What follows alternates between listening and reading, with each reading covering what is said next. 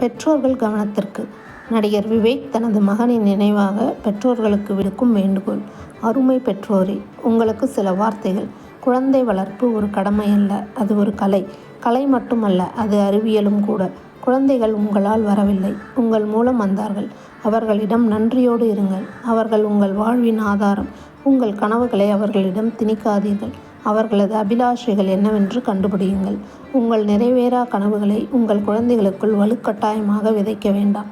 Car மெக்கானிசத்தில் காதல் கொண்ட மகனை டாக்டர் ஆக்க போராடாதீர்கள்.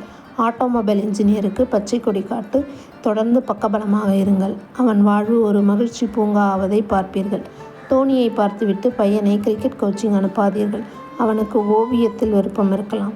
டென்னிஸில் காதல் கொண்ட மகனை பரதநாட்டியத்திற்கு அனுப்பி டார்ச்சர் செய்ய வேண்டாம். அவர்கள் ஆன்மீகமும் படிக்கட்டும், அனிருத்தும் கேட்கட்டும்.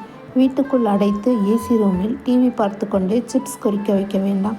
தெருவில் இறங்கி புழுதியில் விளையாடி வேர்த்து விறுவிறுத்து வீடு வந்து சேரட்டும். அவர்களுக்கு கம்யூனிட்டி தெரிகிறதோ இல்லையோ, இம்யூனிட்டி அதிகரிக்கும். அவர்கள் எல்லாவற்றையும் பார்க்கட்டும். கண்கள் விசாலமானால் இதயம் விசாலமாகும். பெண் குழந்தைகளை வீரத்தோடு வளர்த்திடுங்கள். எதிர்காலம் புதிர்காலமாகும் சூழலில் அவர்கள் எதிர்த்து போராட வேண்டியிருக்கலாம். ரேபிஸ்டுகளுக்கு உதவித்தொகையும் தையல் மிஷினும் வழங்கும் ஜனநாயகம் இது. பெண்கள் அவர்களே தங்களை பாதுகாத்து கொள்ள வேண்டும். பாரதியாரையும் விவேகானந்தாரையும் உங்கள் வீட்டு சின்னஞ்சிறு மனிதர்களுக்கு அறிமுகப்படுத்துங்கள்.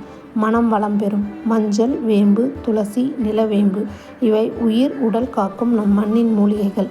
அதை நம் பாட்டி கொடுத்தபோது வாங்கி குடித்தோம். நம் பிள்ளைகளுக்கு கொடுக்க மறந்தோம். பார்மசியில் மாத்திரைகள் வாங்கி விழுங்கினோம். இனியாவது புராதனங்களை மீட்டெடுப்போம். குழந்தைகளுக்கு ஆரோக்கியமூட்டுவோம், அறிவூட்டுவோம், அன்பூட்டுவோம். பின் குறிப்பு: எப்போதுமே முத்தமிட அனுமதிக்காத என் மகன் ஒரு முறை அனுமதித்தான். அவன் இறந்த பின் எரியூட்ட அனுப்பும் முன் அவன் நெற்றியில் ஒரு முத்தமிட.